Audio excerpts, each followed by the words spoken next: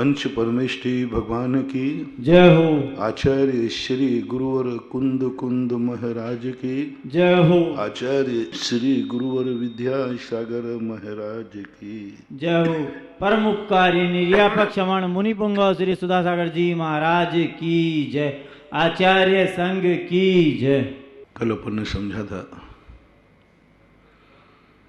दुनिया के बीच में रहते रहते कहीं हम दुनिया के होके न रह जाएं। दुनिया के बीच में रहते रहते कहीं ऐसा ना हो कि मैं अपना स्वयं का अस्तित्व खो बैठूं। दुनिया को देखते देखते कहीं ऐसा ना हो जाए मैं अपने आप को देखना भूल जाऊं। दुनिया के संबंध में सोचते सोचते कहीं ऐसा ना हो जाए कि हम अपने संबंध में भी सोचना बंद कर दें, सोचना भूल जाए। दुनिया की बातें सुनते सुनते कहीं ऐसा ना हो जाए कि हम अपने खुद की बातें भी न सुन पाए। दुनिया को सुख और दुख देने में कहीं ऐसा ना हो जाए कि मैं अपने आप के सुख दुख को भी भूल जाऊं। दुनिया को रास्ते में लगाते लगाते कहीं ऐसा ना हो जाए कि मैं खुद का रास्ता भटक जाऊं। बहुत बार ऐसा होता है। अच्छे और बुरे दोनों लोगों के जीवन में ऐसा घटित होता है। दूसरों की बुराइयां देख देख करके व्यक्ति कभी स्वयं भी बुरा हो जाता है। दूसरों के दोष देखते देखते कई बार वो स्वयं दोषी हो जाता है, स्वयं दोषी हो जाता है। दूसरों के क्रोधों को देखकर स्वयं क्रोधी हो जाता है। दूसरों के मान सम्मान को देखकर स्वयं मानी हो जाता है।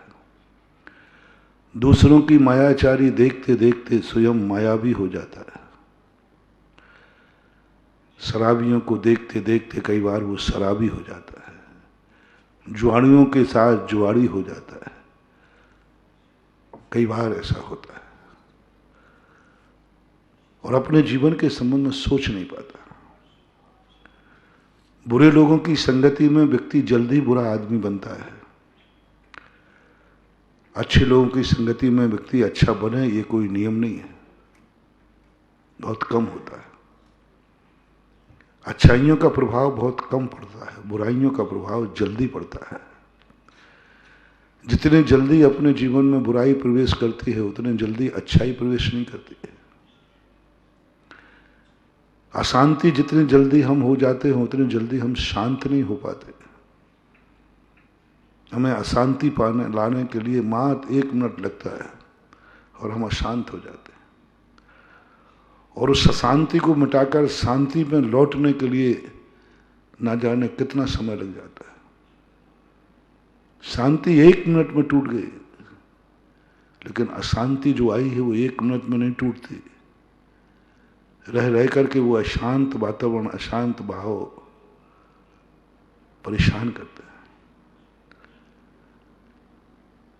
जैसे गुटखे आदि खाते हैं ना, ये लोग जितनी जल्दी ये व्यसन शुरू करते हैं छोड़ नहीं पाते। कई बार उनसे कहो शराब गुटखा आदि नशा करते हैं, उनसे कहो छोड़ दो, बोले महाराज जी नहीं छूट रहा, टाइम लगेगा। मैंने कि शुरू करने में कितना दिन लगा था? बोले कुछ नहीं, 2-3 बार पिया था, थोड़ी सी गले में कड़वाहट आई थी, चालू हो गए। 2-3 स्मोकिंग किया, 2-3 ठसके आए, थोड़ा चक्कर आया, चालू हो गया। 1 दिन भी नहीं लगा होगा। पाप की शुरुआत जिंदगी में कब हो जाती है पता ही नहीं चलता, पता ही नहीं चलता कब हो जाती है। कब जिंदगी में बुराई आ जाती है पता ही नहीं चलता। बहुत सारे बच्चे लोग कहते हैं महाराज जी मुझे पता ही नहीं चला। अच्छे के लिए गए थे, पढ़ने के लिए गए थे, अध्ययन करने के लिए गए थे। उनसे पूछो कि तुमने ये क्या कर लिया? बोले मुझे पता ही नहीं चला ये बुराई मेरे जीवन में कब आ गई, कब मैं स्लिप हो गया, कब मैं लक्ष्य भूल गया, पता ही नहीं चला। मैं तो चल रहा था, चलता जा रहा था। ट्रेन जब पटरी बदलती है पता ही नहीं चलता किसी को पटरी बदल दी। मोटर चलती है ना गाड़ी, तब तो पता चलता है कि रोड बदल गया,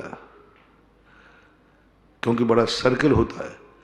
लेकिन जब पटरी बदलती है गाड़ी, तो उसका जो जहाँ बदलने का जॉइंट होता है ना, वो इतना बारीक होता है, इतना कि किसी बैठने वाले को तो पता ही नहीं चलता कि पटरी बदल भी गई, मेरी लाइन बदल गई मेरी। ड्राइवर को भी ज़्यादा कुछ भी ना, तो उसको भी पता नहीं रहता कि कब पटरी बदल, अपने आप बदल जाती है। ऐसे अपनी जिंदगी में बुराइयां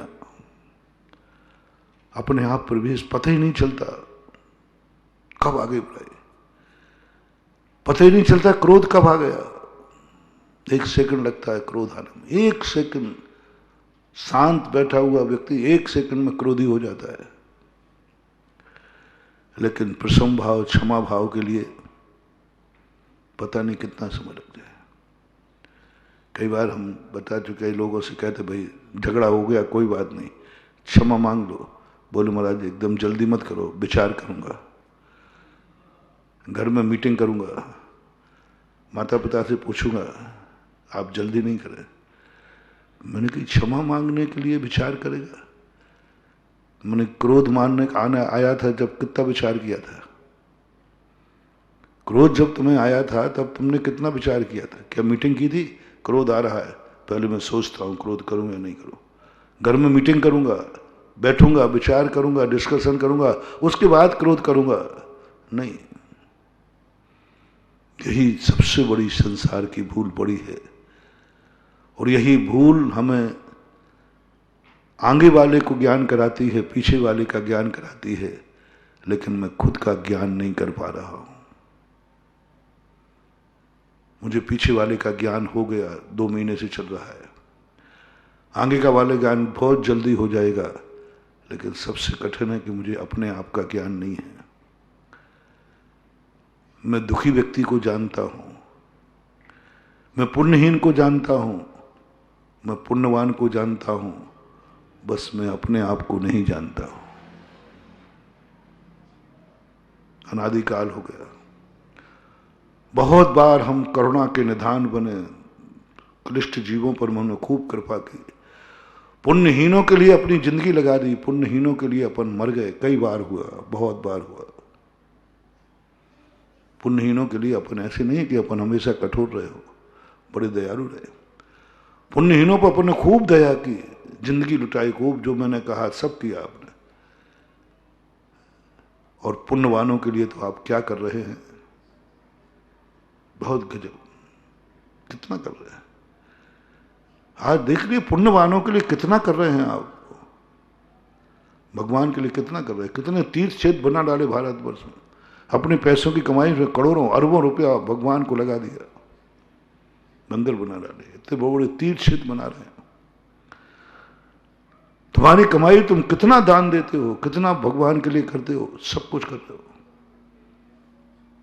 सब कुछ कर रहे हो। इसमें कोई हम तुम्हारे लिए निंदा नहीं करेंगे तुम्हारी। मैं तो कभी नहीं कहता हूं कि हमारे भक्त दान नहीं देते, खूब देते, शक्ति से ज्यादा दे रहे, बहुत दे रहे। मेरी उम्मीदों से ज्यादा दान आ रहा है। लॉकडाउन में भी उम्मीद ही नहीं, मुझे उम्मीदों से ज्यादा।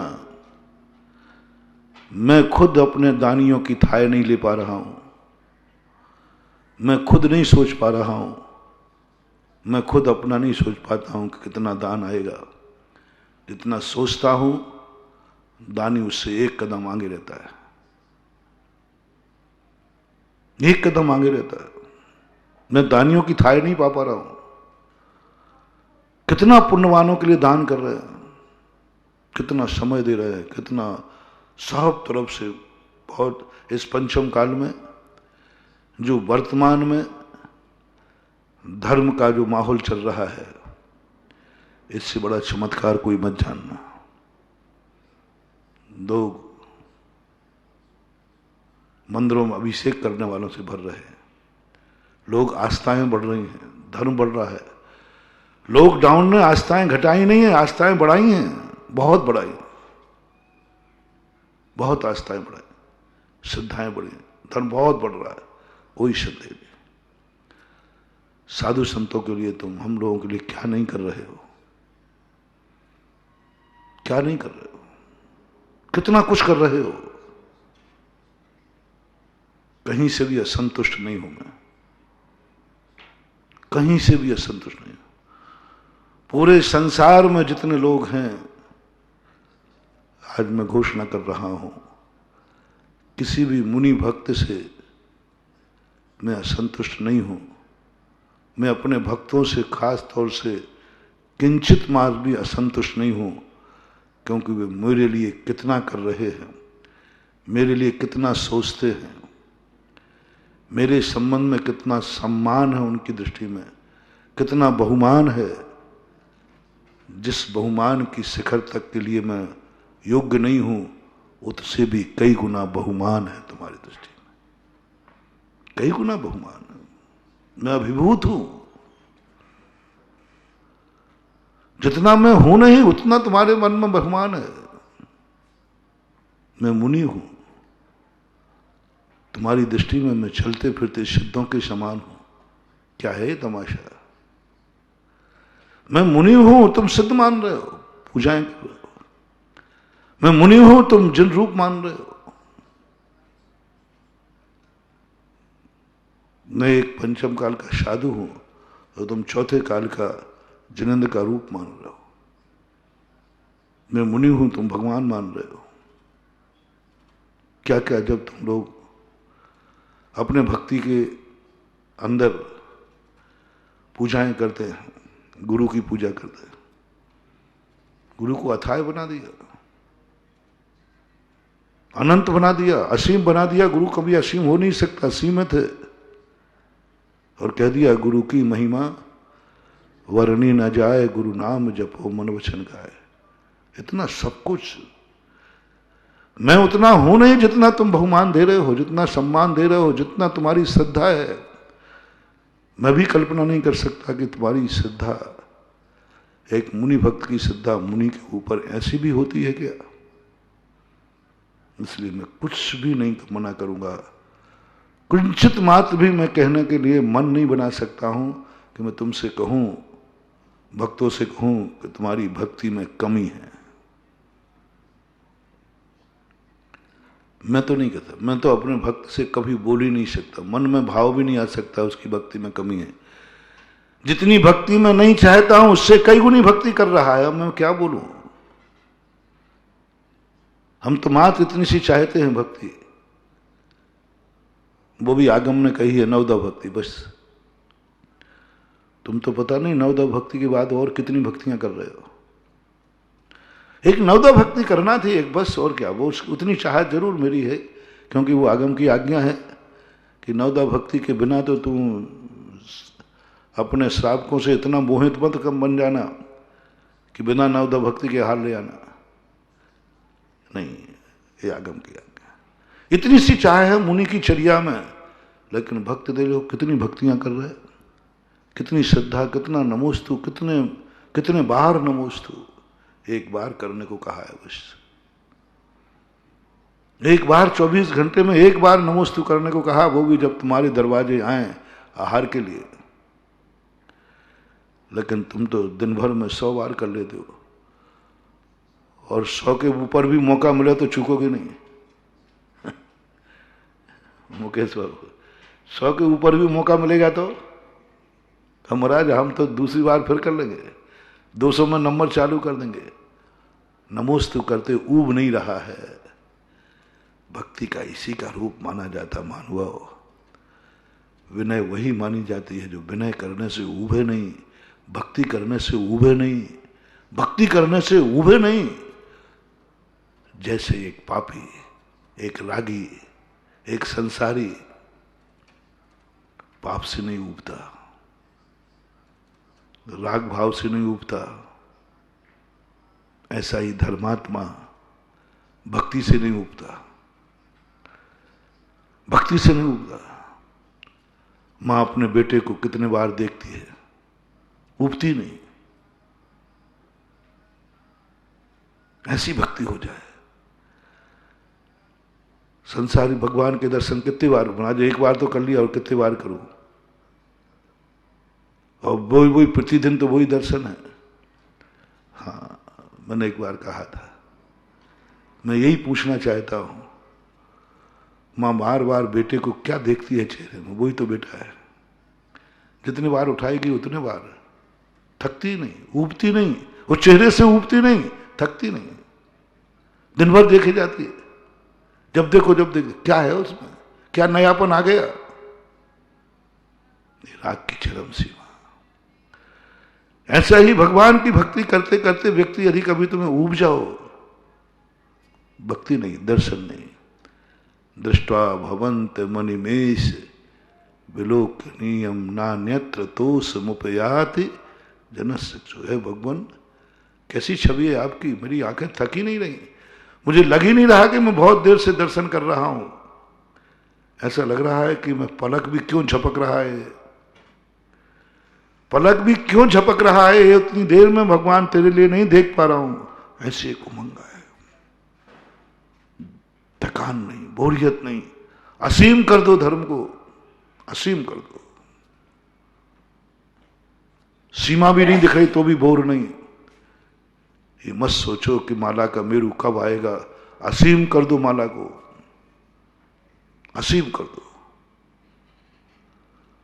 माला का मेरू नहीं, असीम कर दो माला को। एक मोती सरकाते समय ये भाव, ऐसे आनंद की अनुभूति हो जाए, हे भगवान मेरू कभी आवे ही नहीं। भाव न भाव, मुझे वो माला चाहिए, क्योंकि मेरा मन बड़ा बेईमान है। मन कंप्रोमाइज कर लिया है, एग्रीमेंट कर लिया, मन चंचल है, वो माला फेरने नहीं देता। जैसे तैसे माना है, हाथ पैर जोड़े, उसकी बहुत मिन्नत की, खूब पूरी मिन्नत की, तब उसने कहा कम से कम बताओ। तो ये कहा कि भाई एक माला तो फेरने दे ढंग से। तो मन ने कहा कम में काम नहीं चलेगा, अब एक से क्या कम करूं भैया। तो मन ने कंप्रोमाइज कर लिया, ठीक एक माला की छूट है, एक से माला ज्यादा फेरी तो फिर ध्यान रखना मैं माला बिगाड़ दूंगा। हाँ भाई, तो ये एक माला तो, एक माला में तो पक्का है ना। अलार्म सेट कर लिया, अलार्म सेट कर लिया, एक माला, एक माला का अलार्म सेट कर लिया। हाँ भैया एक माला। मन तो बुद्धू है, मन में ज्यादा अकल नहीं होती, लेकिन मन जैसा जिद्दी कोई नहीं। मन हठी है, और हठी व्यक्ति बुद्धू होता है, ध्यान रखना। बुद्धू का लक्षण क्या है, मूर्खता लक्षण क्या है? अरे भाई उसको मत समझाओ, वो कुछ समझने वाला नहीं है। मन बहुत मूर्ख है, हठी है। आप देखना जितने बुद्धू होते हैं वे हठी होते हैं। कितने ही समझाओ उसको कोई फर्क पड़ने वाला, वो जो धुन आ गया तो आगे। ऐसे अपना मन है, बहुत बुद्धू है, बहुत बुद्धि है, क्योंकि हठी है, मानते ही नहीं समझाने से। कितने प्रयास करो, समझो इस मन को। जो जो हठी होते हैं वे बुद्धू होते हैं, और मन हठी है। और बुद्धू को समझाना ज्यादा, तुम एक बार अंगूठा तो लगवा लो। जैसे वो एक माला कहेगा, बोले एक माला तो फिर लो। एक शब्द उसने माला माला जानते ही नहीं, वो तो एक जानता है, एक। अब अपन भावना करो, हे प्रभु ऐसी माला हो जो असीम हो, असीम हो, मेरू नहीं हो उस माला में, मेरू नहीं हो उस माला में, बस फेरता रहो, फेरता रहो, फेरता रहो, फेरता रहो। मन के क्या बात है, देख भाई अभी तू देख ले माला, बिना मेरू की माला जब भी निकालोगे कैसी निकलेगी? यदि रनिंग वाली माला वो मेरू नहीं है, और जब भी देख लो भाई अभी आधी देख, इस तरफ की तो फिर गई ना, इस तरफ की तो बाकी है। अभी पूरी जिंदगी भर माला कभी पूरी होगी नहीं। खतरनाक है वो मेरू। बिना मेरू की माला, आह, फिरने दो माला, चलने दो, असीम माला कर दो,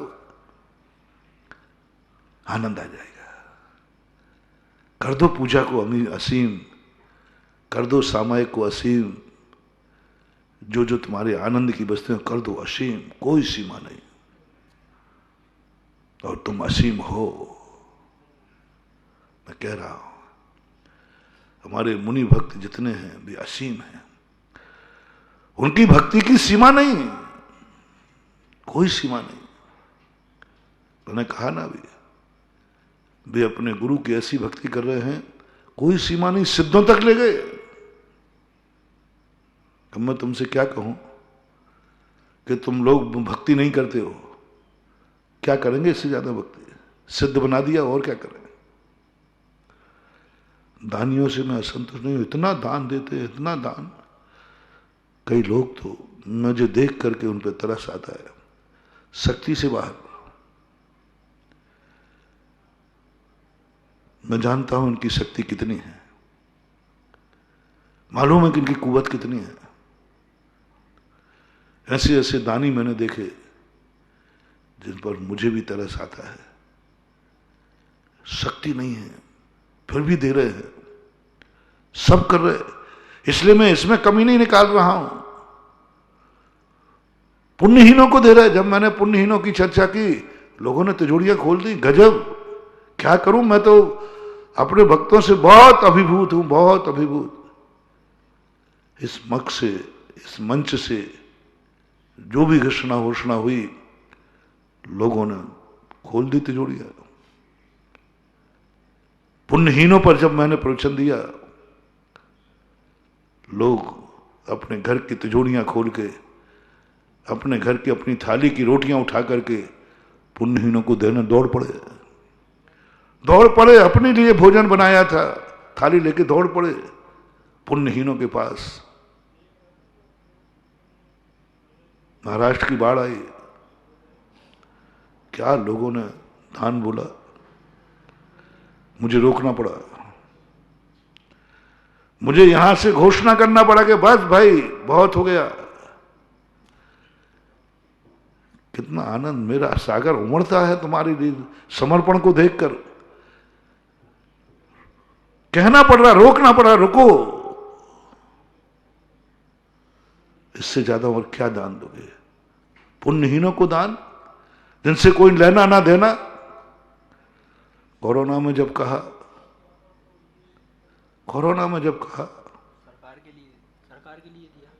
सरकार के लिए बात आई, पूरे भारत के लोगों ने अपने अपने प्रांतों में, लॉकडाउन में जहां कमाई नहीं है वहां करोड़ों के लिए दान दे दिए। पूरे भारतवर्ष के सरकार लोगों को, जैन समाज ने, सबने मिलकर के करोड़ों करोड़ रुपया दान दे दिया। और कमाई है नहीं, बंद था। 1 रुपया हम कम नहीं, दो, जो होगा देखा जाएगा। गुरु का उपदेश सुनना है। मेरे भक्तों ने मेरे उपदेश को आदेश मान लिया। मैंने आदेश दिया ही नहीं, मुझे कभी आदेश देने की जरूरत ही नहीं पड़ती। उपदेश से काम चल जाए तो आदेश देने की, उपदेश मात्र को आदेश मान रहे हैं, बस यही भक्ति है। सच्चा भक्त कौन है? जो उपदेश को आदेश मान लेता है। सच्चा दानी कौन है? जो स्वप्न में बोले हुए को दान मान लेता है। कितना भाग्यवान हो तुम। यदि धीवर पर्याय में जन्म जाते, किसी आदिवासी के जन्म जाते, सुबह उठ करके जाल लेकर कोई जानवरों को मारने जा रहे होते, कल्पना करो पाप की, कल्पना करो। जैनियों कल्पना करो, यदि किसी आदिवासी के यहां जन्म जाते तो सुबह से क्या तैयारी कर रहे होते हैं?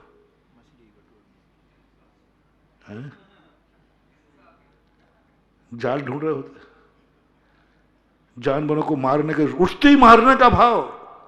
जंगलों में भटक रहे होते, हिरणों को मारने के पीछे दौड़ रहे होते, जानवरों को मार रहे, पाप के एक पेट के लिए कितनों की जिंदगी उजाड़ रहे होते।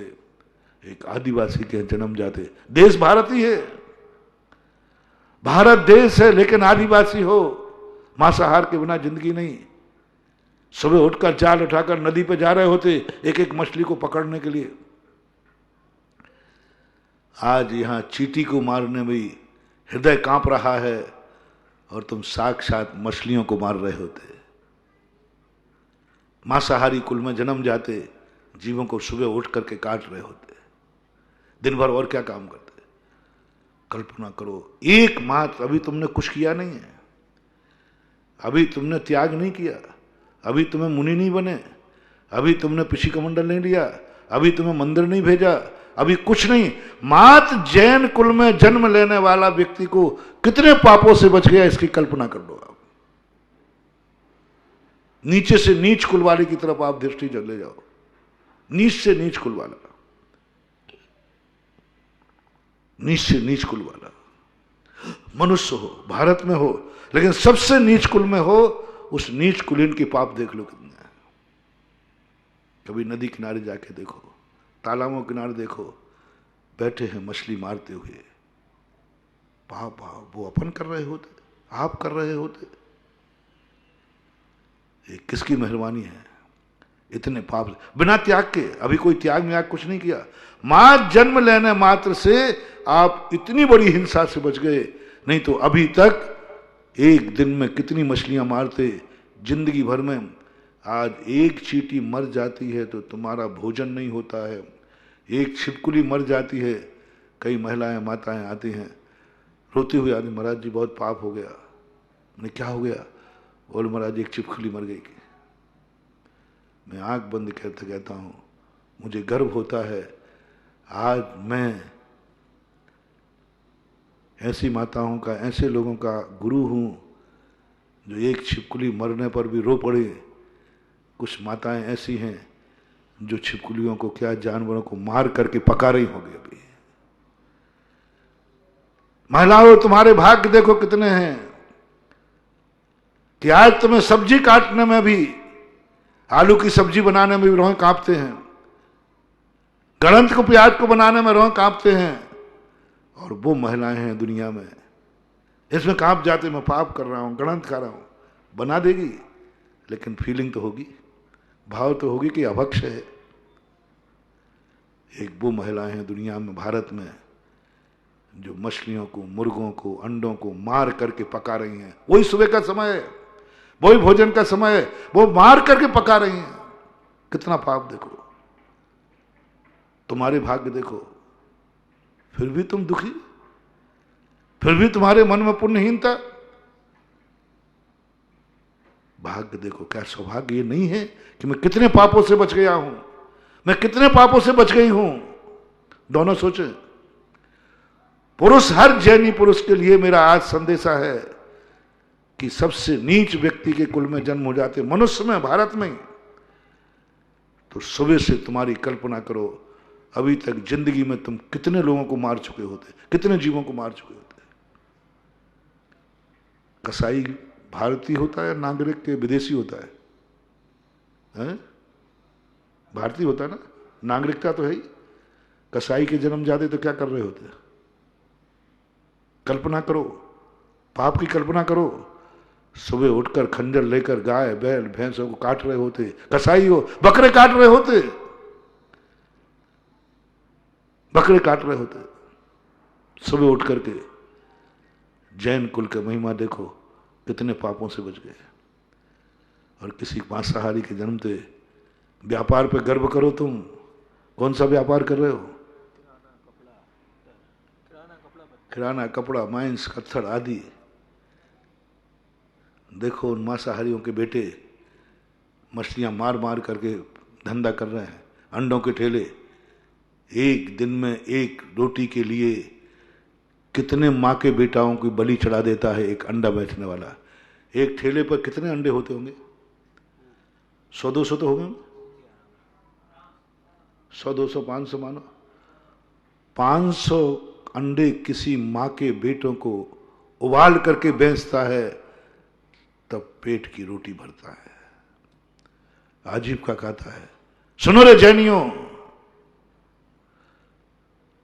सुनो जैनियों, 500 बेटे एक मुर्गे के अंडों को, 150 मछलियों को, जिंदा मुर्गों को काटता है, मांस बेचता, अपने लिए नहीं, मार मार करके, बेच करके पेट भरता है। बच्चों के कपड़े बनाता है, बच्चों को पढ़ाता है, बच्चों को बड़े करता है। इतने मुर्गे, इतने मांस, इतनी मछली, इतने बकरे काटता है, तब पेट भरता है, बच्चे पलते हैं। तब पेट भरता है, तब बच्चे पलते हैं। ऐसे लोग दुनिया में है कि नहीं? भारत में ही, दुनिया में क्यों? भारत में ऐसे लोग हैं, वो भी बच्चे पाल रहा है, कितना पाप करने के बाद बच्चे पाल रहा है, कितनों की जिंदगी मिटा के बच्चे पाल रहा है। क्या जैनी लोगों, तुम्हें भी अपना पेट भरने के लिए इतना पाप करना पड़ रहा है? बोलो, सुबह से उठ करके कितने जीव मारते हो? क्या तुम्हें भी बाल बच्चे पालने के लिए इतने पाप करना पड़ रहे हैं? फिर किस अपेक्षा से पुण्यहीन हो, ये तो बताओ। किस बात के दुख, कितने पाप से तुम बच गए? मात्र जैन कुल में जन्म लेने का परिणाम बता रहा हूं, अकेला मात्र कुल में, जैन कुल में, जैन जाति में जन्म लेने से उन मांसाहारियों से अच्छा पेट भर रहा है कि उनसे घटिया पेट भर रहा है? बोल दो थोड़ा। बढ़िया पेट भर रहा है। मैं तो आप लोगों के हार करने जाता, तो मैं तो यही मानता हूं कि जब हमारा पेट अच्छे से भर रहा है तो तुम्हारा भी इसी से भर रहा होगा। और क्या, मैं तो यही अंदाज लगाऊंगा कि भाई तुम्हारा पेट इतने अच्छे से भर रहा है। क्या गर्व है, गर्व है, गर्व है कि हमारे भक्त वो हैं जिनको पेट भरने के लिए और अपने गुरु का पेट भराने के लिए एक जीव को भी नहीं मारना पड़ रहा है, एक जीव की हत्या नहीं करना पड़ रही है। हो जाती है बात अलग है, वो तो कर रहा है, जिंदा पकड़ता है और मारता है। तुम्हारे व्यापार धंधे में तुम मारने का भाव नहीं करते हो, मर जाते हैं, वो बात अलग है। वो तो मार रहा है, संकल्प ही हिंसा कर रहा है, वो तो मारने के लिए तलवार उठा रहा है। कितने पाप से बच गए। अब एक सारे जैनियों के लिए होमवर्क है आज, सारे जैनियों के, तुम जैन हो, जैन जाति में कुल में जन्म लेने से, नाम के जैन हो, अभी कोई धर्म नहीं करते हो, ना मंदिर जाते हो, ना पूजा करते हो, ना माला फेरते हो, कुछ भी नहीं करते, ओनली मात्र जैन हो। और जैन कुल का परिणाम देख लो आप, कितने पाप से बच गए आप। मात्र एक जैन पिता के यहां जन्म लेने से, एक जैन जाति में जन्म लेने से, एक जैन कुल में जन्म लेने से। किसी शराबी के यहां जन्म जाते हैं, किसी जुआड़ी के यहां जन्म जाते हैं। पापों की वैरायटी का कोई सीमा नहीं है, कोई सीमा नहीं है। एक पेट भरने के लिए क्या क्या पाप दुनिया में नहीं हो रहे हैं, मेरे से ज्यादा आप लोग जानते हैं। एक अपना पेट भरने के लिए और बच्चों का पेट भरने के लिए क्या क्या पाप नहीं कर रहे हैं दुनिया में लोग, वो तुम कर रहे होते। बच्चे भी पल रहे हैं, पेट भी पल रहा है, और दरवाजे अतिथि आ जाए तो वो भी पल रहा है। वे मांसाहारी किसी को नहीं पाल रहे, अपने पेट भी नहीं पाल पा रहे, सही नहीं, बच्चों के पेट नहीं पाल पा रहे। देखो उन आदिवासियों के लिए इतना घूमते हैं, देव को धीवरों के लिए इतनी मछलियां मारते हैं। 300 रुपये मिलते, 400 रुपये कमाते हैं दिन में, 300 रुपये। हाँ, 300-400 मछली मार लेते, बस वही खाना, वही सब कुछ। कोई दरवाजे आ जाए को उसको खिलाने लायक उनके पास कुछ नहीं है। हमारा श्रावक वो है जो स्वयं खा रहा है, बच्चों को खिला रहा है, और गुरु महाराज आ जाए तो उनको भी कहता अत्रो अत्रो, आइए साहब, साईं इतना दीजिए, जा मैं कुटुंब समाए, मैं भी भूखा ना रहूं, साधु न भूखा जाए। ये है, ये अनौभाग्य मानो अपने आप को। एक कुल के बहुत पाप से बच गए। मत रो, मत अपने आप को हीन समझो, मत जिंदगी से हो पीछे जो छूट गया है और पाप की कल्पना करो। नेगेटिव मत सोचो, आधा गिलास भरा है, आधा गिलास खाली है। जो आधा गिलास खाली देख रहा है वो जिंदगी में कभी सुखी नहीं हो सकता, ध्यान रखना, कभी नहीं देख सकता। वो क्या देख रहा है? एक व्यक्ति से पूछा, एक गिलास कैसा है? तो एक कहता आधा खाली है और एक कहता आधा भरा है। नींद किसको आएगी? नींद हराम किसकी होगी? खाले वाले की। अब मैं क्या करूं, गिलास तो जो है सो है। गिलास में ना तो एक बूंद घटाई है ना बढ़ाई है। मां दृष्टि बदल दो, नीचे देखो आधा गिलास भरा है, नींद आ जाएगी। ऊपर देखोगे आधा गिलास खाली है, नींद हराम हो जाएगी। निर्णय आपके हाथ में, गिलास वही है। उसी गिलास को देखकर एक सो रहा है, उसी गिलास को देखकर एक रो रहा है। दो फूल साथ फूले, किस्मत जुदा जुदा है, एक शीश पे चढ़ा है, एक धूल में पड़ा है। नजरिया है, कुछ नहीं बनना, गिलास एक ही रहेगा, एक ही है, लेकिन एक गिलास में व्यक्ति उसको देख करके नींद आ गई, सो गया। उसी गिलास को देखकर एक रो पड़ा। वस्तु बदल गई, गेय बदल गया, सोच बदल गया।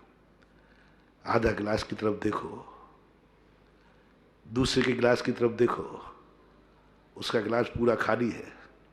अब तो मैं नींद लाता हूं, मैं ला रहा हूं, मेरे पास है तरह, ऐसे नहीं आएगी पर वो तो खाली दिखेगा ही दिखेगा। अब मैं एक और ला रहा हूं। एक व्यक्ति पूरा खाली गिलास लिए है और तुम्हारा गिलास आधा है। अब बोलो, अब बोलो, तुम पुण्यहीन हो या पुण्यवान? क्योंकि आधा भरा है, आधा भरा है, नींद आ जाएगी, पक्का है, पक्का है। खाली को मत देखो, ये मत देखो कि जैन कुल जैन जाति में जन्म लेकर मैंने क्या पाप आया, ये देखो मैंने कितने पापों से बच गया हूं, कितने पाप। यदि इस कुल में जन्म नहीं लेते, इस जाति में जन्म नहीं लेते, तो वो सब पाप कर रहे होते। झूठ, चोरी, डाकू होकर चोरी बन गए, टाका डाल रहे होते, चोर कर रहे होते, किसी पापी के यहां जन्म जाते, विचार कर रहे होते, परिग्रह के लिए एक एक कौड़ी के लिए मर रहा, जेब काट रहे होते, डाका डाल रहे होते, जेब काट रहे होते किसी का रोजी रोटी के लिए, स्मैक्सी के लिए मर रहे होते, डाका डाल करके खा रहे होते, चोरी करके। इन सब पापों से बच गए। अपने पुण्य की सराहना करो, अपने आप को देखो। क्या ये गर्व तुम्हें मिल सकता है? क्या ये सौभाग्यवान तुम अपने आप का आनंद ले सकते हो? ले सकते हो तो महानुभाव लो, दो आनंद की क्षण लो। मुझे गर्व है कि मेरा जन्म जैन कुल में हुआ। कौन कहता है मैं पुण्यहीन हूं? कौन कहता है कि मैं दुखी हूं? क्योंकि मैं जैन कुल में जन्म लिया। अरे साहब बता देना, आज मैंने प्रवचन में शब्द दिए, जैन कुल में जन्म ने कौन सा तीर मार लिया? तीर तो नहीं मारा है, लेकिन मैं इतने पापों से बच गया।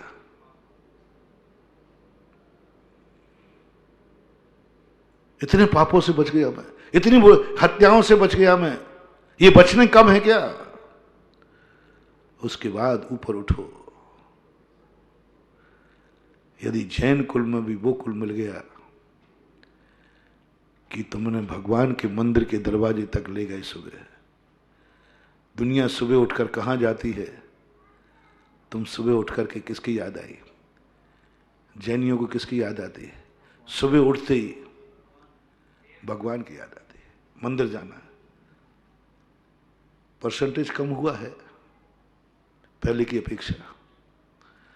पहले 100% होता था, अब थोड़ा 60-70% हो गया। लेकिन आज भी जैन महिला, जैन पुरुष उठ करके सबसे पहले भगवान की याद आती, मुझे मंदिर जाना। पहला काम है मंदिर जाना। अच्छे जैनियों का पहला काम, कुछ वो दिमाग ही नहीं है, व्यापार है, धंधा है, सब कुछ है, पहला काम है। जैनी के घर में सबसे पहली चर्चा यही होती है, मंदिर जाना, मंदिर जाना, मंदिर जाना। तो दुनिया के घरों में देखो क्या चर्चा होती है, सुबह से कहां कहां जाना है। वे तो मैंने अभी जो बताया था संसार मार्ग की अपेक्षा बताया था। अब थोड़ा सा परमार्थ की तरफ भी दृष्टि कर लें। जिस घर में तुम इस घर में जन्मे हो, जिस घर में सुबह उठते ही भगवान की चर्चा होती है, जिस घर में सुबह उठते ही ऐसे ऐसे पापी घर हैं रे महानुभाव, जिस घर में सुबह उठते ही क्या क्या होता है मैं अपने मुख से नहीं बोलना चाहता। सुबह उठते ही क्या क्या होता है और क्या क्या करना पड़ता है। तुम्हारे यहां सुबह उठ करके यदि तुम्हारे घर में महानुभाव, यदि तुम्हारा घर थोड़ा धर्मात्मा है, यदि कोई ब्रह्म मुहूर्त में उठता हो तो एक आनंद मनाना। तुम उठते हो तो बहुत अति उत्तम है। मान लो तुम नहीं उठते हो, तुम्हारे घर में कोई भी व्यक्ति है, दादी है, कोई भी व्यक्ति है, यदि तुम्हारी घर की चौखट के अंदर कोई ब्रह्म मुहूर्त में उठ जाता हो, सामायिक करता हो, प्रार्थना करता हो, महानुभाव, बहुत बहुत जन्नत टूट पड़ी तुम्हारे ऊपर, पुण्य का भंडारा भर गया। एक क्षण को भी, एक दिन को भी तुम्हारे घर में कोई ब्रह्म मुहूर्त में उठ करके सामायिक कर जाए, तुम अपने आप को घर मत मानना, तुम अपने आप को साक्षात अतिशय तीर्थ मानना। एक बार मैंने संत शाला के संबंध उपदेश दिया था। बोले महाराज वर्षों तक साधु संत नहीं आएंगे तो इस कमरे बनाने का क्या फायदा। मैंने वर्षों की बात कर रहे हो, तुमने जो कमरा बनाया ना, जिंदगी में एक बार साधु उस कमरे में बैठ के 1 घंटे की सामायिक कर जाए, जाओ तुम्हारी संतशाला बनाना सफल हो गया। कितनी देर के लिए? 1 घंटे। और कभी साधु उसमें आए ही नहीं, कभी नहीं आए। महात एक महाराज आए, वे शांति से बैठ करके एक सामायिक की थी, वो बिहार कर गए, बस हो गया धन, हो गया धन। भूमि निसद्या कहा, ऐसा कहा कि जहां साधु के दर्शन करने गए और साधु न मिले, बिहार कर जाए, तो ये पूछ लेना साधु किस कमरे में बैठे थे, साधु किस पार्टी पे बैठे थे। बस जहां साधु बैठे थे उसकी परिक्रमा लगा लेना, उस चौकी को छूकर माथे से लगा लेना, वो ही एनर्जी प्राप्त होगी जो तुम्हें महाराज से मिलना थी।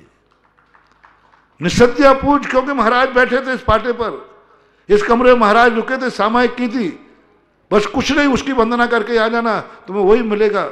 साधु तो बिहार कर गए, लेकिन वो कमरा वहीं छोड़ गए, वो पाटा वहीं छोड़ गए, वह वहां जाकर के जरूर एक बार वंदना करना, वही एनर्जी वही ताकत तुम्हें पाएंगे, क्योंकि उस साधु को छुआ है। अभी हमने 2 दिन पहले इसी पर बहुत बड़ा प्रवचन दिया था। भगवान नहीं मिले हमें, भगवान का शरीर भी नहीं मिला, शरीर से स्पर्श नख केस मिले, और हम शिखर जी को आज तक पूज रहे हैं। उस शिखर जी को भगवान ने नहीं छुआ था, भगवान तो 5000 धनुष ऊपर थे, उनका शरीर भी जमीन को नहीं छुआ, वे तो 5000 धनुष ऊपर बिखर गया। उस जमीन को किसको छुआ? जिस पारसनाथ टोंक पर अपन नमोस्तु करते हैं, जिस गिरनार पर अपन माथा टेकते हैं, वो पावन कैसे हो गई वो जमीन, जो आज तक करोड़ों सागरों पर्यंत हो गए, आज तक मुनिराज भी उसको नमोस्तु कर रहे हैं, मुनिराज भी नमोस्तु कर रहे हैं, हजारों किलोमीटर चल के जाते हैं। क्या है वहां? उस भूमि को किसी भगवान ने नहीं छुआ, ध्यान रखना। भगवान तो है ही नहीं, कम से कम मंदिर में भगवान की मूर्ति तो है, और पहाड़ के ऊपर तो वो भी नहीं है। नीचे मधुबन में कम से कम भगवान तो मूर्ति तो है, लेकिन ऊपर तो सारी दुनिया नीचे के दर्शन करने जाती है कि ऊपर के, सब में से करके। क्या है वहां? मैंने सोचा कि भगवान है क्या, यहां आप मिल जाओगे? उन्होंने कहा नहीं मिलेगा, मैं तो सिद्धालय में बैठा हूं, मेरी मूर्ति भी नहीं मिलेगी तुम्हें वहां, तो फिर मैं काय को जा रहा हूं? पागल हूं क्या मैं? आप मिलो तो मैं आ जाऊं, आप मिलोगे नहीं तो क्या करोगे? क्या करूं, क्यों आऊं मैं? आजकल लोग कई बार पूछते, मैं बिजोली आ जाऊं, महाराज मिलेंगे कि नहीं? बोले साहब महाराज तो नहीं मिलेंगे। फिर ठीक है, फिर काय को आऊं, महाराज तो मिलेंगे नहीं। ऐसे अपन भी कहते भगवान मिलेंगे शिखर जी में, क्या नहीं? भगवान कहते नहीं मिलूंगा मैं शिखर जी में नहीं मिलूंगा। तो भगवान आपकी कोई मूर्ति अवशेष मिल जाए, बोले मूर्ति भी नहीं मिलेगी, फिर काय को जाऊं? मतलब फिर भी क्यों जा रहे हैं अपन? भगवान नहीं, भगवान की मूर्ति का नहीं, भगवान तो ऊपर आकाश में बैठे, शरीर बिखर गया, मात भगवान के नख और केसों ने वो जमीन छुई थी, उस जमीन को नमोस्तु करने जा रहा हूं। क्योंकि स्पर्श, हमने पहले एक दिन पूरा प्रवचन दिया था, स्पर्श रैकी, स्पर्श क्रिया, स्पर्श की ताकत, माथ नख केस। हमारा बस इतना ही विश्वास है, यहां कौन से नख गिरे थे जो उन्होंने भगवान के शरीर को छुआ था? वो शरीर में कौन, किसने छुआ था? भगवान ने। भगवान ने शरीर छुआ था, शरीर ने नक के छुए थे और नक के सोने जमीन छुई। अब बोलो कहां तक एनर्जी? भगवान से शरीर, शरीर से नक के से जमीन। आज वहां नक्केस भी नहीं है, नक्केसों से स्पर्श जमीन है। कितने वर्ष हो गए अजितनाथ भगवान की टोंक को? असंख्यात वर्ष हो गए। आज भी वही एनर्जी, वही ताकत, वही सब कुछ, वही सब कुछ है। आज भी अपन हो जा रहे, ऐसी है इसमें। इसलिए अपनी जिंदगी के संबंध में सोचना महानुभाव। एक भी कोई तुम्हारे घर में, मैं तो हमेशा सबसे कहता हूं, बिना मन के कर लो, बारी बारी से कर लो। एक व्यक्ति ब्रह्म मुहूर्त में उठना चालू कर दो, रोज को मत उठना, बारी बारी कर लो। और क्या करें? नहीं मानोगे तो यही कहूंगा। भाव तो यही है कि सभी लोग उठे, नहीं उठते तो कोई बात नहीं, एक कर लो। कोई एक नियम ले लो कि मैं तो ब्रह्म मुहूर्त में उठ करके एक माला फेरूंगी, एक पाठ करूंगी, एक जाप करूंगी, एक सामायिक करूंगी, बस। बंधुओं, बहुत बड़ी चीज है दे रहा हूं। एक व्यक्ति भी तुम्हारे घर में कोई है, यदि वो ब्रह्म मुहूर्त में उठ के सामायिक करता है, बहुत पुण्यहीन मत मानना अपने आप को, बहुत पुण्यात्मा मानना। मैं वो पुण्यात्मा हूं जिस घर का ब्रह्म मुहूर्त शुरू होते ही भगवान की माला से शुरू होता है, जाप से शुरू होता है, सामायिक से शुरू होता है। देखो तो मेरे भाग्य, मैं उस घर में जन्मा हूं जिस घर में लोग ब्रह्म मुहूर्त में उठते हैं, जिस घर में उठते ही सब लोग, दुनिया भर के पाप नहीं, दुनिया भर के आरंभ परिग्रह नहीं, उठते ही चलो और सस्ता करता हूं, उठते ही कम से कम 9 बार नमोकार मंत्र पढ़ लिया करो। कम से कम ये तो हो जाए, ये घर वो पावन है, उठते ही जहां नमोकार मंत्र पढ़ा जाता है, उठते ही नमोकार मंत्र पढ़ लिया तुमने, बहुत बड़ा। और यदि तुम्हारे घर में से कोई सुबह उठ करके कहाँ की तैयारी कर रहे हो, सब परिवार से कह रहा हूं, यदि तुमने पूछा पापा कहाँ की तैयारी कर रहे हो, बोले बेटा अभिषेक करने जाना है, टाइम हो रहा है। मम्मी कहाँ की तैयारी कर रहे हो, बेटा अभिषेक देखने जाना है। पत्नी ने पूछा कहाँ के कपड़े पहन रहे हो, बोले अभिषेक करने जाना है। वो नारी जान ले सावधान, पति तो बहुत मिल जाते हैं। बोले कहाँ जा रहे हो सुबह, बोले ठेके पे जा क्या बोलते हो गांव में, कलारी बोलते, कलारी है, कलारी कलारी। ऐसे लोग हैं, सुबह उठते ही जा रहा है, दौड़ रहे हैं। और तुम्हारा पति कहाँ जा रहा है, सुबह उठकर कहाँ जा रहे हो, अभिषेक का लोटा लेके जा रहा है। ऐसे ही तुम्हें कोई पत्नी मिल जाए, बोले जल्दी क्यों उठ गई, क्यों जाना है, बोले मालूम नहीं अभिषेक का समय हो रहा है, अभिषेक देखने जाना। बस इससे ज्यादा मत मानो रे अपने आप को पुण्यहीन। यदि आपको आपका माता पिता अभिषेक करने वाला में, उठते ही मंदिर की तैयारी, कोई दूसरी चर्चा ही नहीं। पूछा किस लिए तैयार, मंदिर के लिए, एक शब्द सुनना है बस। पति और पत्नी में भी, दोनों में भी एक शब्द सुनना है। पति कहां जा रहा है, बोले मंदिर जा रहा है। पत्नी कहां जा रही, मंदिर जा रहे है। बस ये शब्द काफी है। यदि ये शब्द सुनने वाला तुम्हारा साथी मिल जाए, समझ लेना तुम्हारे बराबर पुण्यवान कोई दूसरा नहीं है। समय आपका हो गया, अपन और चर्चा करेंगे आगे, क्योंकि अभी पुण्यहीन के बाद तुम्हारा खुद का नंबर आया है, अपने खुद का नंबर आया है। इसमें तो सबसे ज्यादा समय मिलना चाहिए महावीर भगवान की जय। परम उपकारी निर्यापक क्षमण मुनि पुंगव श्री सुधासागर जी महाराज की जय।